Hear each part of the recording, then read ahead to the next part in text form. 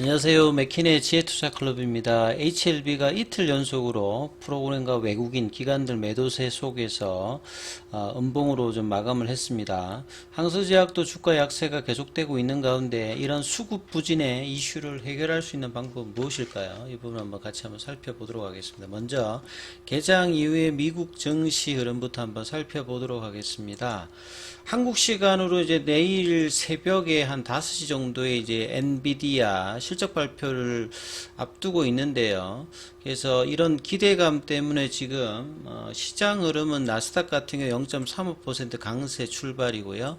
이 다우지수 같은 경우도 0.19%, S&P 500 같은 경우도 0.36% 강세고 중소형주 중소 러셀 2000 같은 경우는 0.28%좀 약세 흐름입니다. 이번 주 빅 이벤트가 엔비디아의 어떤 실적 발표 관련되는 부분이 시장 전반적으로 이제 빅테크 관련되는 이슈가 될 수가 있고요. 그 다음에 이제 잭슨홀 미팅 관련해서 제롬 파월 연준 의장이 통화정책 관련되는 부분에서 어떤 이야기들을 할지가 9월달 FOMC와 11월달 FOMC 올해 이제 몇 번 남지 않았는데요. 이런 어떤 통화 정책의 어떤 변화 관련되는 부분들이 시장의 어떤 변곡점이 될 건지 아니면 계속 이제 좀 지지부진한 어떤 흐름에서 흐름을 이어갈지에서 굉장히 중요한 어떤 이슈 중에 하나라고 보시면 될 것 같습니다. 자, 오늘 국내 시장도 전반적으로 이제 좀 살펴보면요.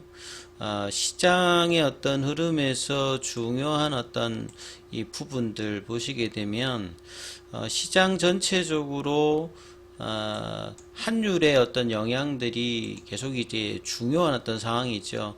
어제는 환율이 조금 이제 떨어졌어도 외국인 쪽에서 선물 매수 흐름들이 좀 있으면서 코스닥 쪽에서 어떤 매수 흐름이 있었습니다만 오늘 다시 이제 원달러 환율 자체가 4원 20전 정도가 올라가면서 외국인들이 선물과 코스닥 중심으로 매도를 했죠.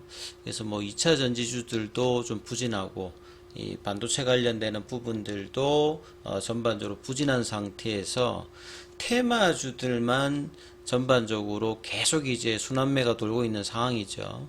그래서 지수보다는 종목에서도 그간에 이제 상반기에 시장 흐름이 좀 좋았던 2차 전지나 반도체 소부장 이런 종목들보다는 개별 테마가 굉장히 빠르게 장중에 변동성도 많으면서 움직이기 때문에 일반 이제 개인 투자자들이 대응하기가 굉장히 좀 쉽지 않은 어떤 장세 흐름들이 계속 이제 펼쳐지고 있죠. 외국인들은 거래소에서 조금 이제 매수를 하고 기관들 같은 경우에는 금융 투자, 연기금 투신, 코스닥에서 소폭 매수, 거래소에서는 금융 투자 매수, 개인들 같은 경우는 이제 코스닥 중심으로 매수하는 흐름을 좀 보였고요.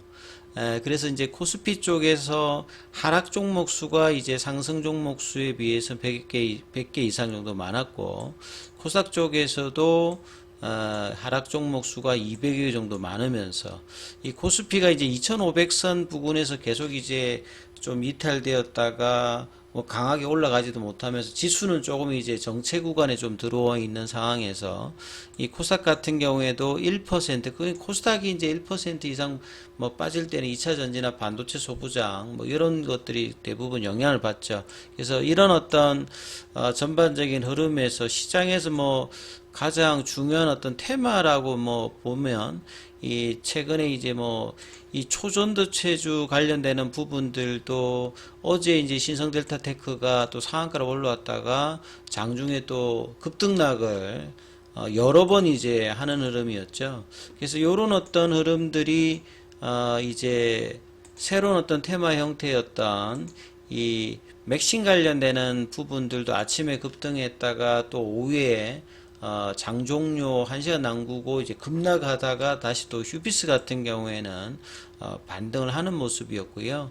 그 다음에 이제 원전 오염수 관련되는 소금 관련주들도 아침에 또 급락했다가 반등세가 나왔다가 오후장에 좀 무너졌고, 그래서 이런 바톤을 또 새로 이어받은 게 이 양자 컴퓨터 관련되는 종목들이죠. 그래서 여기도 또 대거 또 상한가가 들어가면서 급등한 흐름으로 수급의 이슈들이 테마주 중심으로 계속 이제 가는 흐름들을 시장이 계속 보여주고 있는 거죠. 그래서 시장의 질이 이제 굉장히 조금 나빠져 있는 상태입니다. 그래서 뭐 신성 델타테크라든지 에코프로, 삼성전자, 이 기존에 이제 대형주라든지 2차 전지주도 있습니다만 뭐 인상가, 이 파워로직스, 신성 델타테크, 그다음에 휴비스, 뭐 나인테크 이런 종목들이 상위에 이제 초전도체주라든지 이 맥신 관련되는 종목들, 소금 관련되는 종목들이 거래대금에서도 많이 차지할 만큼,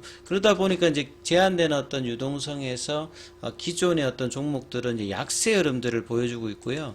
이 그간의 어떤 흐름에서 가장 이제 침체 흐름들을 보여주고 있는 게 또 바이오입니다. 바이오 쪽에서도 이 뭐 비만 당뇨병이라든지 개별 이슈가 있는 종목들은 강세를 보이는데, 특히나 신약 개발 관련되는 부분에서 이 HLB 관련되는 어떤 흐름은 여전히 수급의 어떤 부진들을 이어가면서, 사실 이제 잭슨홀 미팅에서 금리단의 어떤 매크로 변수도 영향을 받으면서 시장이 이제 테마주로 돌면서 이런 수급의 어떤 악화 부분들이 계속 영향을 좀 미치고 있다, 이렇게 봐야 되겠죠. 그래서 어제 이어서 오늘도 지금 이제 음봉으로 마감되면서 거래는 어제보다는 줄었습니다만, 최근에 이제 하락을 할 때 거래가 주는 게 아니라 오히려 좀 늘면서 지금 좀 내려가고 있는 어떤 부분들을 보이고 있죠. 그래서 이런 흐름들 자체가 하나 차트를 하나 더 넣어서 한번 살펴보면요, 이 공매도 관련되는 부분에 타깃이 되는 게, 우리가 원론상으로 이제 공매도 같은 경우는 시장이 가열할 때, 종목이 이제 많이 급등했을 때, 이제 좀 진정하기 위해서 이제 순기능을 발휘하는데, HLB 같은 경우는 주가가 지금 이제 보시게 되면 월봉상으로 보면 지금 고점은 낮아지고 이제 저점은 올라가면서 일단 대칭형으로 일단 수렴의 구간으로 월봉상을 가고 있는데, 사실상 이제 간암 관련되는 NDA 신청이라든지 파일링 통과를 하면서 신약 허가 관련된 어떤 기대감이 오히려 반영돼야 되는 어떤 이 구간에서 오히려 주가가 이 박스권 하단으로 지금 내려가고 있는 흐름을 보이고 있거든요. 그래서 차트상 윗단이 아니라 좀 밑단에서 지금 공매도가 나오고 있는 부분들, 이런 부분들이 굉장히 아쉬운 흐름의 어떤 수급의 부분들이고요. 그래서 이제 이런 어떤 이슈들이 어제에 이어서 오늘도 지금 이제 프로그램 쪽으로 18만 주 넘게 외국계 기관들이 계속 이제 파는 흐름에서 개인들만 어제 오늘 매수를 해주는 모습이었죠. 그리고 거래원 쪽에서 살펴보면 골드만삭스 쪽에서 10만 주 넘게 일단 매도를 하는 모습에서 계속 이제 수급으로 눌러주는 모습이죠. 다 이게 이제 공매도와 연관돼 있는 매도 물량이라고 좀 뭐 추정이 될 수 있는 부분입니다. 그래서 두 자리 숫자 이상의 어떤 매도가 지금 상당 기간 반영되고 있는데요. 재미있는 것은 이 개인들의 어떤 보유 수량이 이제 늘어나고 있는데, 이제 신용잔고 관련되는 부분들도 이제 7월 달에 파일링 관련되는 이후에 늘어나고 있죠. 그래서 신용잔고라고 하는 말은 빚을 내어서 들어올 때, 이럴 때 오히려 이제 공매도 관련되는 부분들도 계속 늘어나고 있는 부분들이 단순히 이제 떨어져야 되기 때문에 떨어진다기보다는, 이런 어떤 개인들이 이제 현물이 아니라 좀 빚을 내어서 이제 들어오는 어떤 부분이 있을 때는 오히려 더 이제 공매도 관련되는 부분에 잔고가 늘어나고 있다, 이런 식으로 지금 수급상으로 악화가 되고 있죠. 그래서 이제 이런 부분들이 이제 장중에 나오는 어떤 개별 이슈, 아침에 뭐 이제 베리스모 관련되는 부분이 나와도 크게 지금 영향을 주고 있지 못하고요. 그 다음에 또 이제 중국 쪽에서는 이제 같은 이제 병용 파트너였던 이 항서제약 같은 경우에도 최근에 이제 중국의 어떤 부패 관련되는 어떤 리스크가 나오면서 이 반등을 하는 듯하다 다시 또 이제 빠지면서 불확실성이 계속 있죠. 그래서 이런 부분들도 투심에 또 부정적인 영향을 또 작용을 하고 있죠. 그래서 보통 이제 공매도 관련되는 수급이 이제 이 부분들이 조금 이제 양호하게 좀 바뀌려고 하면 공매도 관련되는 어떤 비중 자체가 일단 줄어야 되는데, 이게 두 자리 숫자에서 잘 줄질 않습니다. 오늘도 17.96이고요. 그 다음에 이제 공매도 잔고 관련되는 부분들도 7월 달에 600만 주대 중반에서 지금 이제 8월 21일에 계속 이제 이 잔고 관련되는 부분들 자체가 늘어나고 있죠. 그래서 주가가 이제 올라가든 아니면 차익 실현을 하든 하면 이제 공매도 잔고가 좀 줄면서 양봉이 나와서 이제 반등 관련되는 부분이 기술적으로도 나올 수가 있는데, 오히려 지금 늘어나고 있으면서 이 대차거래 관련되는 부분도 오늘은 이제 좀 상한이 좀 있었습니다만, 체결이 계속 이제 늘어나고 있는 부분들 자체가 수급 요인이 지금 좀처럼 풀어지지 않는 어떤 모습을 보여주고 있습니다. 그래서 이런 부분들은 이제 단발적인 이슈가 나와서 강한 양봉이 나와서 이 부분들에 대한 어떤 변화가 나와야 되는데, 그런 것들이 나올 때마다 이제 7월 달에 눌러지는 모습, 그 다음 이후에 이제 뭐 다시 반등을 모색하는 어떤 거래량이 나왔음에도 불구하고